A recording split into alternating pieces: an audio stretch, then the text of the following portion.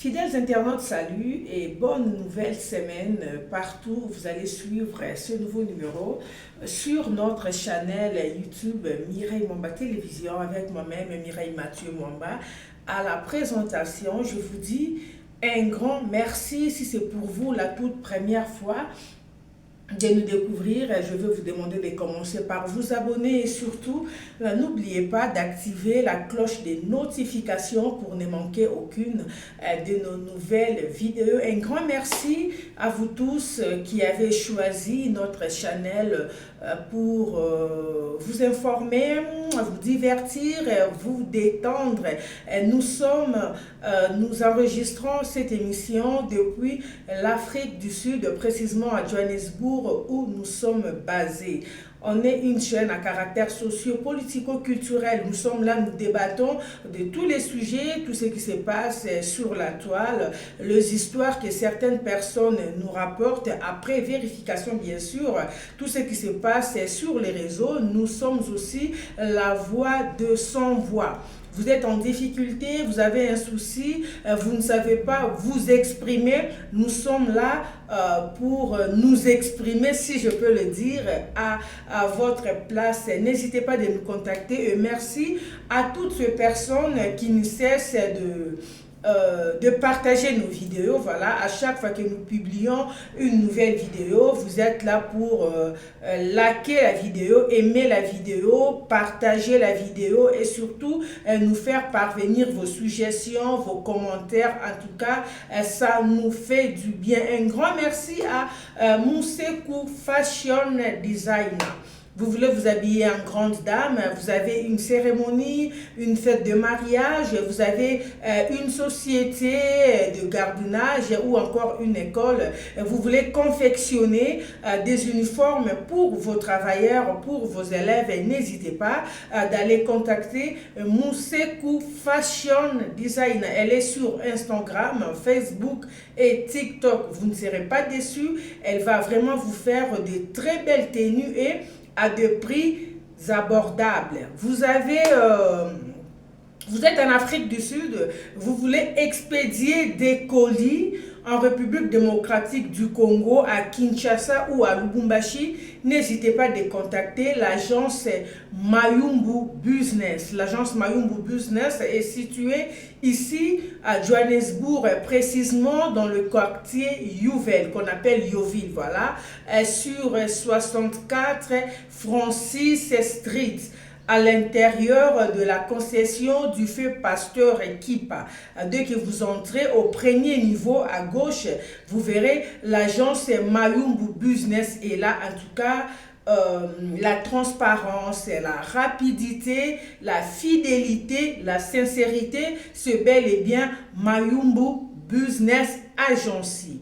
Vous êtes en République démocratique du Congo. Vous voulez apprendre un métier. Nous avons un centre de formation professionnelle, MPKI. En tout cas, avec MPKI, la lumière est dans votre vie. MPKI, c'est un centre de formation qui est venu apporter la lumière dans votre vie. C'est-à-dire quoi? Avec les formations qui sont organisées chez MPKI, après chaque formation, vous aurez droit à un certificat international. Ce certificat va vous permettre d'aller exercer le métier par rapport à la formation que vous avez suivie dans n'importe quel pays. Donc, c'est un certificat certifié. Ici en Afrique du Sud, le centre est basé ici à Johannesburg, mais très bientôt, il va ouvrir ses portes en République démocratique du Congo. Nous serons à Lubumbashi, à Kinshasa et aussi dans le Bas-Congo. Chez MPKI, vous pouvez suivre des formations comme l'électricité générale, mécanique automobile, mécanique générale, la plomberie, la soudairie, la chevronnerie, le pose des panneaux solaires. En tout cas, il y a beaucoup de formations. Si vous voulez avoir pour plus des informations sur MPK, appelez le numéro qui est là ou encore contactez les sites internet de MPKI. Vous allez avoir toutes les informations. Si vous êtes en République démocratique du Congo, à Kinshasa, à Lubumbashi, dans le Bas-Congo, vous voulez venir apprendre ici, en Afrique du Sud, n'hésitez pas, contactez MPKI, il va vous mettre en contact avec une personne qui est là sur place au Congo. La personne va vous faciliter l'obtention de votre visa d'études. Vous arrivez ici, vous faites votre formation et après votre formation, vous recevez votre certificat international, un certificat reconnu et accepté dans tous les mondes, partout dans le monde, voulais-je dire. Partout dans le monde, le certificat de MPK est reconnu et accepté. Parce qu'il y a certains pays, par exemple, vous faites vos formations, vous étudiez, vous terminez, mais lorsque vous allez à l'étranger, votre diplôme ou votre certificat n'est pas reconnu. Vous êtes obligé de reprendre encore avec des formations, ce qui n'est pas le cas chez MPK. Chez MPK, dès que vous terminez, vous avez votre papier et si vous partez en dehors de la RDC ou de l'Afrique du Sud, vous êtes en mesure de travailler. Vous avez une fête, voilà, vous voulez organiser une fête. Nous avons une agence événementielle du nom de Divine Messi. Divine Messi qui est cette agence qui a pour mission de vous accompagner dans tous vos événements. Fête de mariage, collation des grades, décoration de salle, location voiture, habillement marié, service traiteur de très bonne qualité. Avec Divine Messi, vous ne serez jamais déçus. Habitants de Kinshasa, Brazzaville et les environs, pour tout ce qui concerne vos événements, mariage, baptême, collation des grades académiques, Divine Messi est à votre service. Nous vous offrons un service de très bonne qualité. Décoration de salle, service traiteur, location de véhicules et écrans géants. Nous sommes là pour rendre votre événement agréable. Pour tout contact, appelez-nous au plus 243 99 80 0 65 14. Divine Messi, l'excellence qui illumine vos événements. Vous venez de suivre la pub de notre agence événementielle Divine Messi. Voilà, comme je l'ai dit tout juste au début, c'est une agence événementielle qui vous accompagne dans tout ce que vous faites, dans tout ce que vous avez comme événement. Donc, vous voulez organiser une fête, vous ne savez pas par où commencer, contactez Divine Messi à travers le numéro qui était affiché là pendant que la pub passait. Voilà, vous allez entrer en contact avec une personne avec laquelle vous allez échanger. La personne va vous expliquer. En tout cas, vous ne serez pas déçus. Chez Divine Messi, pesa biso fête na yo, pesa biso événement na yo, biso to sepelisa yo. Mesdames et messieurs, je suis là aujourd'hui. Voilà, dans cette émission, nous allons aborder deux sujets. Des sujets qui m'ont fait très mal. Je pense que tout juste au début, vous avez vu le titre qui était marqué là. C'est l'histoire de cette dame qui a mis fin à la vie de ses 3 enfants. Pourquoi? Parce qu'elle a fait une rencontre sur les réseaux sociaux. L'histoire se passe au Maroc. La dame est mariée, mère de 3 enfants. Elle a eu 3 enfants en 2 maternités. D'abord, elle a donné naissance à un garçon qui a 5 ans, le petit garçon qui est là au milieu. Les 2 autres petits enfants qui sont à côté, là, ce sont des jumeaux qui n'ont que 3 ans, voilà. Elle est mariée, son mari est un enseignant. Tout s'est passé un peu bien dans leur couple. Ce n'est pas un couple très riche, ni pauvre non plus, ils vivaient. Donc avec le peu qu'ils avaient, ils arrivaient un peu à envoyer leurs enfants à l'école, à trouver de quoi mettre sous la dent. Mais à un moment donné, les choses ne marchaient plus dans le couple. La femme, pardon, a commencé à beaucoup se plaindre. Il y avait tout le temps de problèmes, il y avait tout le temps de tiraillements avec son mari. La femme n'était plus contente de la vie qu'elle menait, quoi. En fait, elle avait réalisé elle méritait mieux que ce que son mari lui présentait. Elle n'avait pas vraiment la vie qu'elle voulait. Elle ne traversait pas vraiment des situations qu'elle voulait. Elle ne vivait pas comme elle voulait. En tout cas, elle se plaignait un peu trop. Chose qui a fait que dans leur couple, les choses ne marchaient plus. C'était tout le temps des problèmes, tout le temps des disputes. Alors, la femme s'est lancée sur les réseaux sociaux. Vous savez, moi, je dis toujours, cette affaire des réseaux sociaux, ezalaka malamu, ezalaka pe mabe. Sur les réseaux sociaux, il y a des rencontres qui ont abouti à des choses sérieuses. Sur les réseaux sociaux, il y a eu aussi des rencontres qui ont gâché des vies de certaines personnes. Les réseaux sociaux a fait aussi en sorte que certaines personnes ouvrent les yeux. Les réseaux sociaux a fait aussi en sorte que certaines personnes puissent perdre leur vie. Les réseaux sociaux a fait aussi en sorte que certaines personnes puissent réussir dans la vie. Les réseaux sociaux a aussi fait en sorte que certaines personnes puissent échouer dans la vie. Donc, si vous vous lancez sur les réseaux sociaux, la première des choses, il faut avoir des nerfs solides.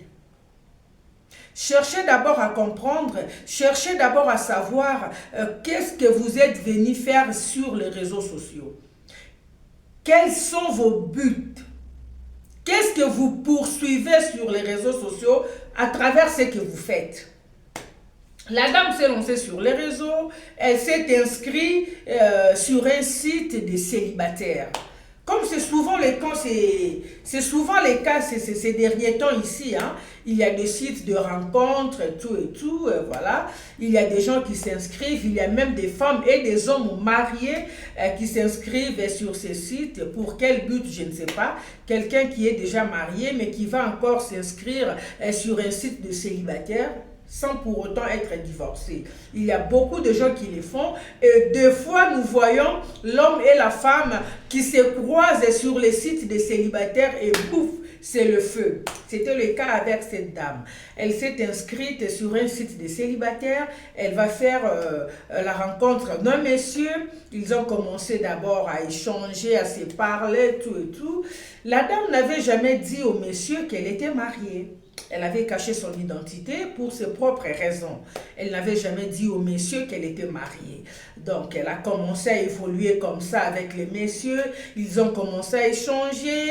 Ils se sont échangés des numéros de téléphone. Ils ont commencé à s'appeler en appel vidéo. En tout cas, ils ont commencé à s'amouracher à distance. Jusqu'à ce qu'ils ont décidé qu'ils devraient se mettre ensemble. Donc, c'est la femme qui devrait quitter là où elle était pour aller rejoindre les messieurs. Les messieurs vivaient en Égypte, au Caire. Donc la femme devrait quitter Maroc pour aller en Égypte, aller rejoindre le monsieur.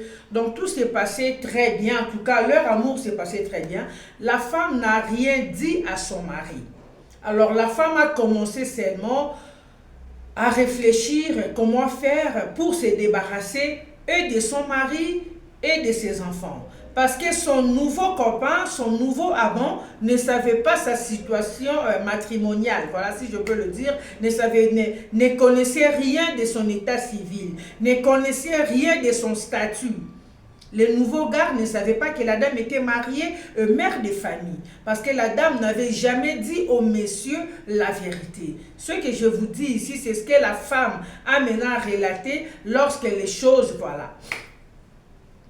Un jour dans la nuit, la femme n'a pas trouvé une autre solution. Comme tout était déjà fin prêt, elle voulait déjà partir, elle devrait déjà partir rejoindre son amoureux, voilà. Alors, elle n'avait qu'une seule option, quitter la maison. Alors, pour elle, elle s'est dit, elle n'a pas divorcé officiellement, et la situation dans laquelle elle voyait son mari Alors, elle a réalisé pour elle qu'elle ne pouvait pas laisser ses enfants avec son mari. Mais elle n'a pas aussi voulu prendre ses enfants avec elle. Mais moi, je me dis, la moindre des choses, si vous estimez...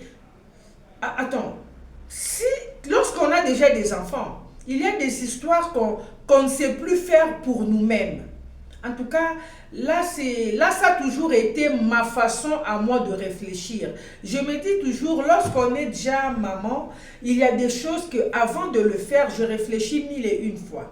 Je réfléchis d'abord pour mes enfants. Je me pose la question de savoir l'acte que je vais poser ici, la relation dans laquelle je veux me lancer ici. Cette relation va apporter quoi à mes enfants? Avant que je ne pense d'abord à mon propre bonheur, je me pose toujours la question de savoir cette relation ici va jouer quel rôle dans la vie de mes enfants. En tout cas, là, c'est mon point de vue. Mais notre sœur ici n'a pas pensé de cette façon-là.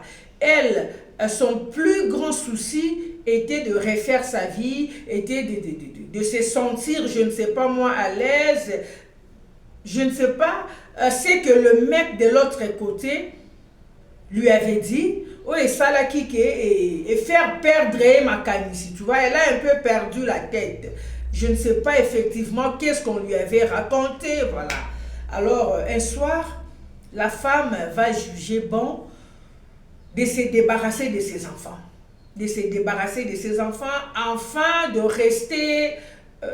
de pouvoir maintenant voir comment se déplacer, parce qu'elle s'est dit la situation dans laquelle son mari se retrouve, elle ne peut pas laisser ses enfants sont encore trop petits, le mari seul ne saura pas prendre soin des enfants, avec ce que le mari gagne, ça ne va pas aller. Mais tu réfléchis comme ça, au lieu d'être là pour tes enfants, ou au lieu de partir avec tes enfants, elle n'a pas fait ça. Qu'est-ce que la dame a fait? La dame a pris un bassin dans laquelle elle a mis de l'eau, elle a pris une serviette qu'elle a trempée dans l'eau, elle a par après pris la serviette, fait sortir la serviette du bassin de l'eau. Elle a d'abord commencé par étouffer son premier garçon de 5 ans. Elle a pris cette serviette avec de l'eau, elle a étouffé sur les narines et la bouche de l'enfant. Elle a tellement foncé jusqu'à ce qu'elle s'est rassurée que l'enfant ne bougeait plus, l'enfant n'avait plus de force, que l'enfant n'existait plus. Elle a arrêté. Elle a fait de même pour ses 2 jumeaux. Après avoir fait ça, elle a retourné dans sa chambre à coucher. Ils se sont endormis avec son mari jusqu'au petit matin. Elle s'est réveillée comme si de rien n'était. Elle a commencé à faire sa toilette. Le mari aussi s'est réveillé. Mais l'homme était un peu curieux en regardant l'heure. Il sait que pendant ces heures ici, les enfants se réveillent toujours pour aller à l'école. Alors le mari était un peu choqué. Il pose la question à la femme. Mais qu'est-ce qui se passe? Et jusqu'à cette heure, tu ne vas pas réveiller les enfants pour le préparer. La dame qui dit non, j'étais déjà dans la chambre, j'essaie de leur réveiller, tout et tout, ils se réveillent. Ils ont dit qu'ils sont déjà debout. L'homme va maintenant dans la chambre des enfants. L'homme constate que les enfants dorment profondément. Alors, il essaie de bouger les enfants, il essaie de faire des mouvements, rien du tout. Aucun enfant se réveille. L'homme crie, alors il appelle sa femme, il dit, mais non, attends. Les enfants ne se réveillent pas. Comment toi tu as dit que tu étais là, tu as tenté de le réveiller, ils ne se sont pas réveillés. La femme qui dit non, j'avais frappé leur porte, seulement je les ai appelés. Pour moi, je sais que déjà à pareille heure, quand je les appelle, ils répondent qu'est-ce qu'il y a. L'homme qui dit mais non, il y a un problème. On constate que les enfants ne bougent pas. Les voisins sont venus, ils ont fait l'appel à une ambulance. Ils amènent les enfants à l'hôpital. Alors, le médecin qui check les enfants, le médecin qui dit, mais non, les enfants ne sont plus en vie. Qu'est-ce qui s'est réellement passé? Alors, la veille de ces jours-là, les enfants avaient passé la soirée chez leur grand-mère, la maman de leur papa. Les enfants étaient là-bas, ils ont retourné un peu à la maison tard la nuit. Alors l'homme qui dit, mais non, mes enfants étaient chez ma mère. Je suis allé les récupérer aux alentours de 9 heures du soir. Les enfants étaient chez ma mère, alors je pense peut-être de là où ils étaient, peut-être qu'ils ont mangé quelque chose de pas très bien. La femme aussi a commencé à accuser sa belle-mère. Elle a voulu un peu brûler le piste et tout et tout. Elle a commencé à crier, ta mère ne m'a jamais voulu, ta mère ne m'a jamais aimé. Sûrement, la haine qu'elle a toujours eue contre moi, elle a aussi mis cette haine-là sur mes enfants. Comment se fait-il que mes enfants étaient chez elle hier, mes enfants ont mangé là-bas et aujourd'hui, la femme a commencé à pleurer tout et tout. Mais quand le médecin va maintenant en profondeur, le médecin qui dit à l'homme, non, nous avons examiné les corps, les 3 corps des enfants que vous nous avez amenés. Il n'y a rien qui prouve que ces enfants ont mangé quelque chose et qui ont causé le dégât dans leur corps. Ce qui est arrivé, nous constatons que ces enfants, eux tous 3, sont décédés par étranglement. Non, sont décédés par étouffement. Les enfants ont été étouffés et quand nous allons plus loin, lorsque nous approfondissons avec les examens, nous constatons que dans leurs poumons, nous voyons de l'eau. Ils ont été étouffés par l'eau. Alors, on a pris les parents, on a commencé à les interroger. Vous savez, les OPJ, c'est leur travail. Hein? Ils savent vraiment comment faire pour faire parler la personne. Ils ont tellement interrogé l'homme et la femme jusqu'à ce que la femme n'en pouvait plus. Elle a cédé. La femme va avouer que c'est elle qui a mis fin à la vie de ses enfants. On lui pose la question pourquoi. La femme dit non, elle a fait une rencontre sur les réseaux, elle relate un peu tout quoi.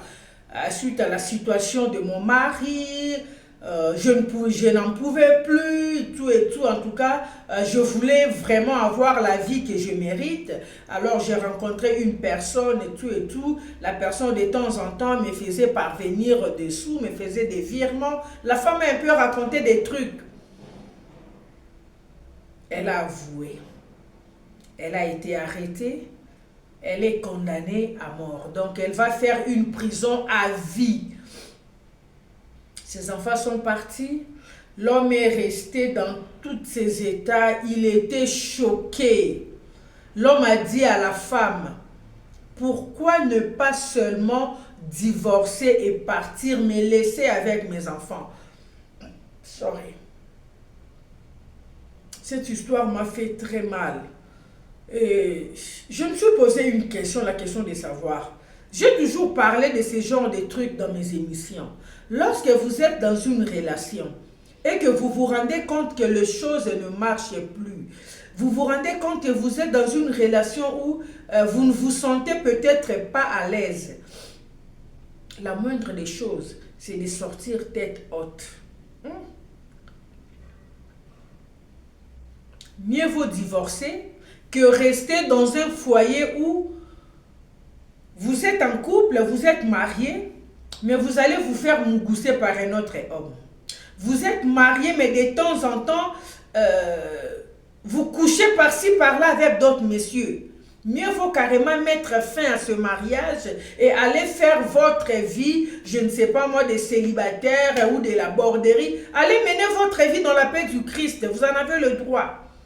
Que de rester dans un foyer juste pour plaire aux gens, que de commettre par exemple ces genres d'histoires, mettre fin à la vie de tes propres enfants, tout simplement parce que vous avez rencontré un amour sur les réseaux. Qu'est-ce qui vous dit que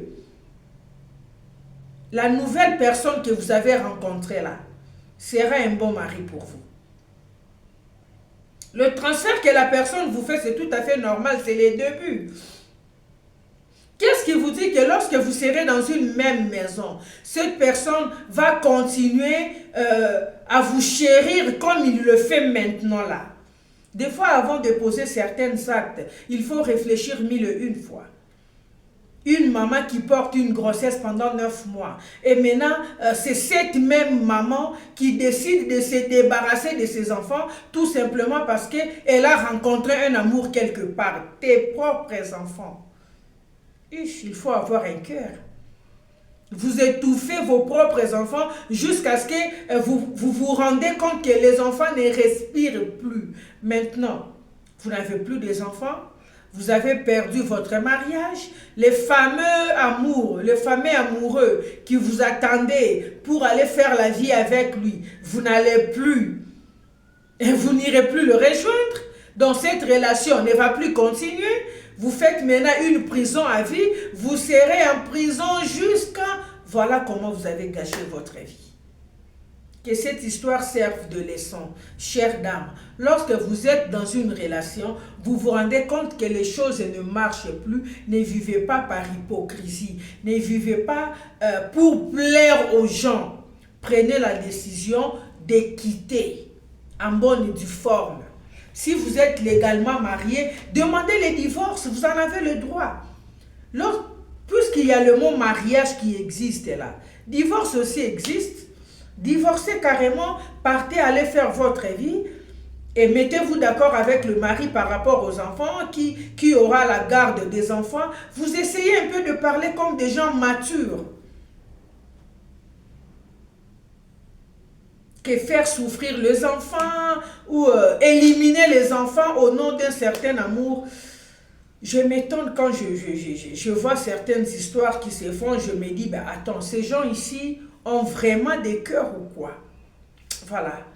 Ça fait très mal, mais paix en tout cas aux âmes de ces trois petits anges, que leurs âmes reposent dans la paix éternelle. Courage à ces messieurs qui a perdu ses enfants, qui est resté sans femme, tout simplement parce qu'il avait épousé une femme insensée. En tout cas, mon frère, sois fort, voilà, ainsi va la vie. Tu vas reprendre ta vie, Dieu va te faire grâce. Voilà. Le deuxième dossier de notre émission repose sur cette dame. La dame que vous voyez là, elle est maîtresse dans une école. L'histoire se passe en Turquie. La dame est maîtresse. La petite fille là s'appelle Lamine. La fille n'avait que 6 ans. Cette maîtresse a mis fin à la vie de cette fille pour venger ses parents. Qu'est-ce qui s'est passé? L'école se trouve dans le quartier. La maîtresse, d'abord nous avons un couple qui a donné naissance à cette petite fille, Lamine, qui n'a que 6 ans. Alors il arrive des fois, l'enfant va seul à l'école, certains jours, maman amène son enfant, maman va récupérer l'enfant, ça dépend. Mais il y a des jours où l'enfant va seul et rentre aussi seul parce que l'école n'est pas loin de la maison, c'est juste une petite école du quartier, donc des fois les enfants vont seuls, voilà. Alors un jour, la maman de Lamine va récupérer son enfant à l'école. La maman arrive à l'école pendant qu'elle est en train d'échanger avec la maîtresse, tout et tout, il termine. Elle avait déposé son sac sur une table qui était là, la table de la maîtresse. Elle était venue récupérer l'enfant. Elle prend l'enfant et il retourne à la maison. Arrivée à la maison, la maman réalise que dans son sac, il n'y a pas son téléphone. Elle a perdu son téléphone. Elle se pose des questions de savoir, j'avais mon téléphone. Comment est-ce que mon téléphone peut disparaître comme ça? Elle ne comprend pas. Alors, elle décide de retourner rapidement à l'école, comme l'école se trouve juste dans le quartier. Lorsqu'elle retourne à l'école, elle trouve que la maîtresse est déjà partie.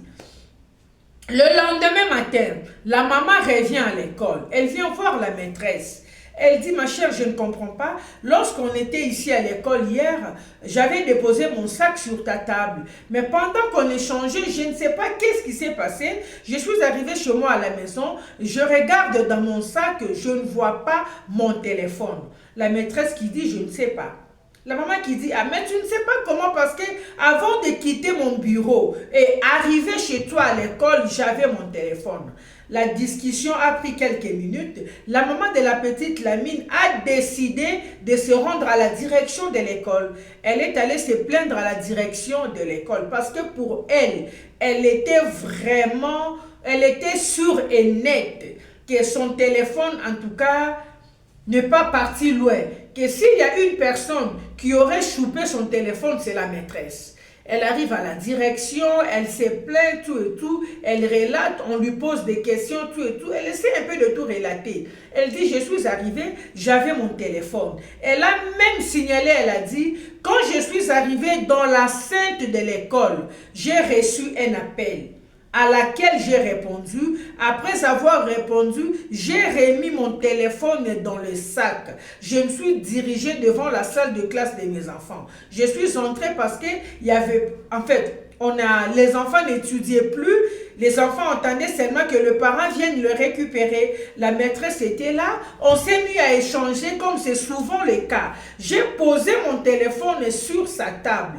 Mais pendant que j'étais là, pendant que ma fille venait m'embrasser, je me suis retournée, j'ai récupéré mon sac. Mais quand je suis arrivée chez moi à la maison, je constate qu'il n'y a pas mon téléphone dans le sac.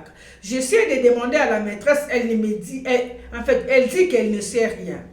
La direction dit non, mais ce n'est pas un problème. Nous avons des caméras cachées dans toutes les salles de classe. Nous allons vérifier pour voir si réellement tu as perdu ton téléphone dans la salle de classe.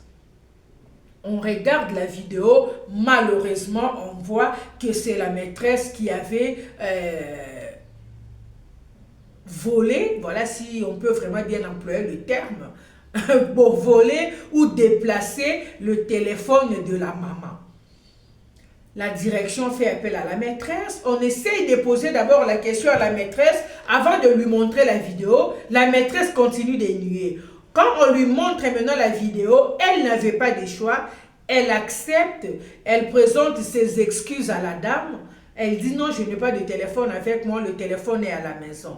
La dame qui dit ok, pas de problème, comme vous habitez aussi le quartier, vous pouvez vous arranger même pendant la récréation, aller chez vous récupérer le téléphone. Quand moi je viendrai les soirs pour récupérer ma fille, je prendrai les téléphones. Ils se sont mis d'accord, la dame a déposé son enfant à l'école, elle est allée au travail.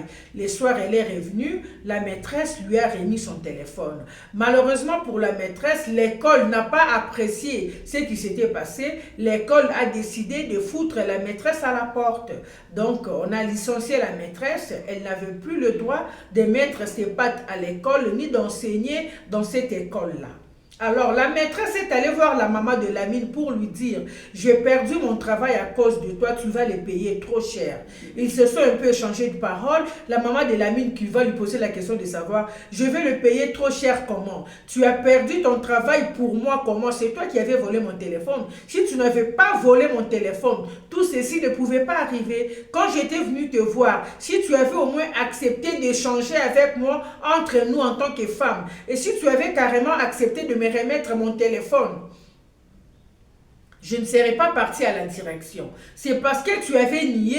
Moi, j'étais consciente que j'avais mon téléphone dans ta salle de classe. Et s'il y avait quelqu'un qui avait chopé mon téléphone, c'était toi. Comme tu ne voulais pas accepter, la caméra de surveillance était là. Donc, tu as été, voilà, confondu. Donc, je n'ai rien à foutre. Si on t'a licencié, ce n'est pas moi qui a demandé qu'on puisse te licencier. Donc, c'est l'acte que tu as posé qui a fait à ce que l'école ne veut plus te garder. Une semaine est passée. La deuxième semaine, Lamine rentrait de la classe. Elle se rendait chez elle à la maison. La maîtresse connaît très bien le quartier et la maîtresse connaissait l'horaire de la maman. Elle savait les jours où la maman venait récupérer sa fille à l'école. Elle connaissait les journées où la maman ne venait pas, où la fille rentrait seule. Il faut signaler que c'est une école qui n'est pas loin de la maison.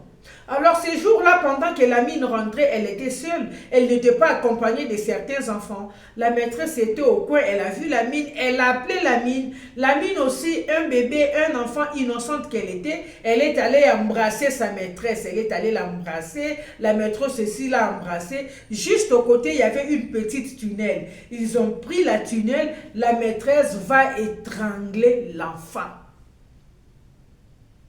Vous savez, il y a des choses qui se passent dans ce monde.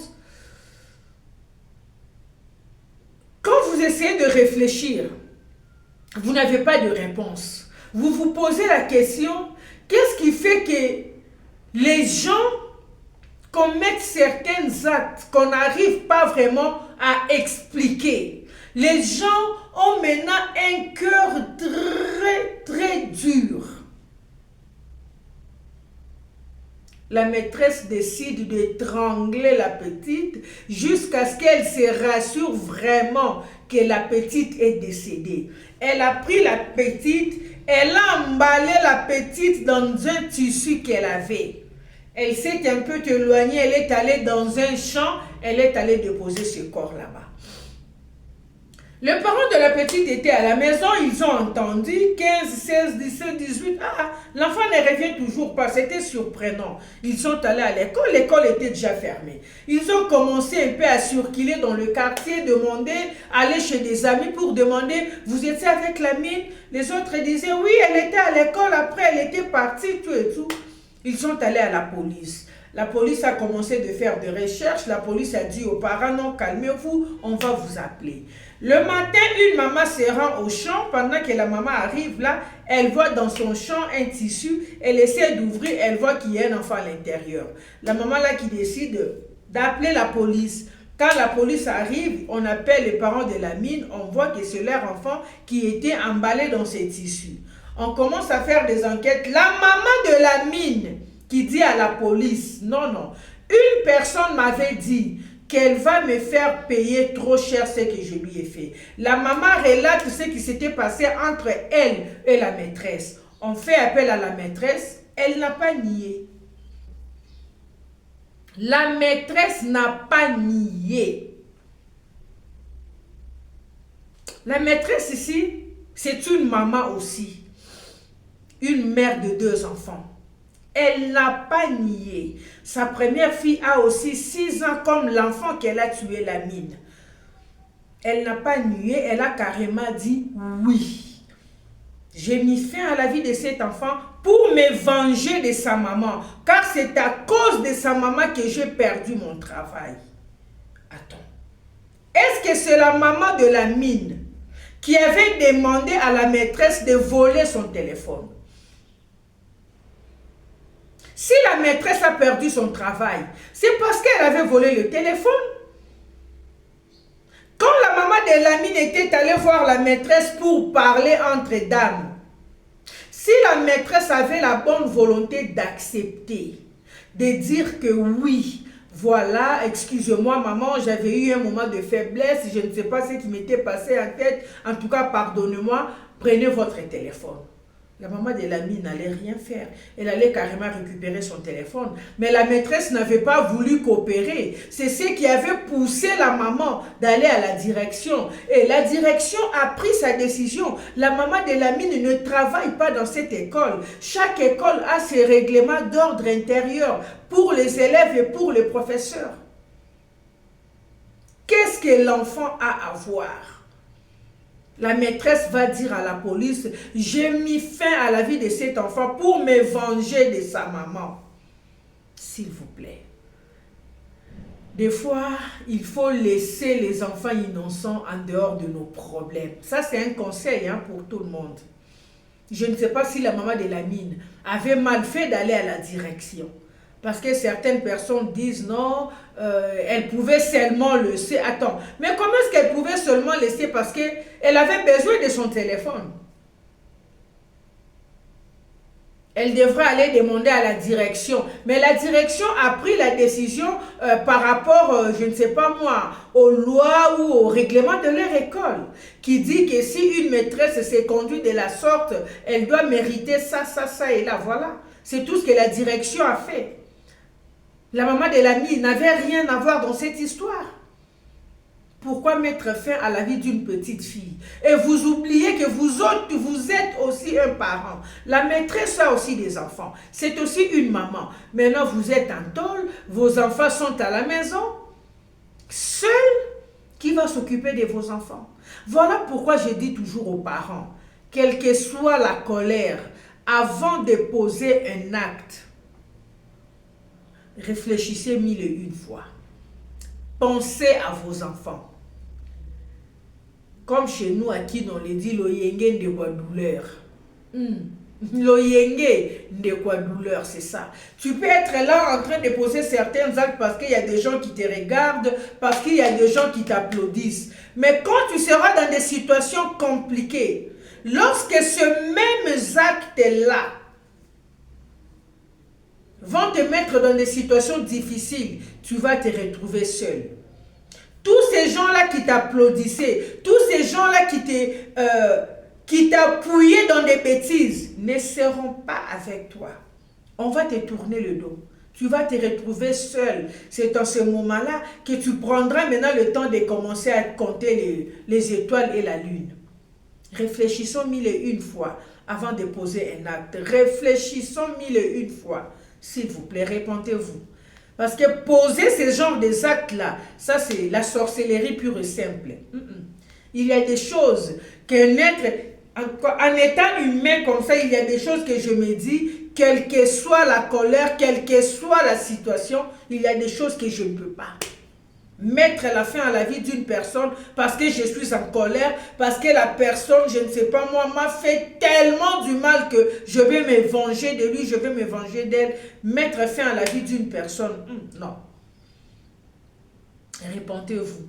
Jésus revient bientôt, en tout cas. Nous sommes arrivés à la fin que chacun puisse tirer sa part de responsabilité, dans cette histoire. Protégeons nos enfants, sécurisons nos enfants, réfléchissons 1001 fois avant de poser un acte. Nous sommes arrivés à la fin. C'est par ici que nous clôturons notre émission d'aujourd'hui. Si c'est pour vous la toute première fois de nous découvrir, je vais vous demander de commencer par vous abonner et surtout n'oubliez pas d'activer la cloche de notification pour ne manquer aucune de nos nouvelles vidéos. D'ici là, portez-vous bien. Salut!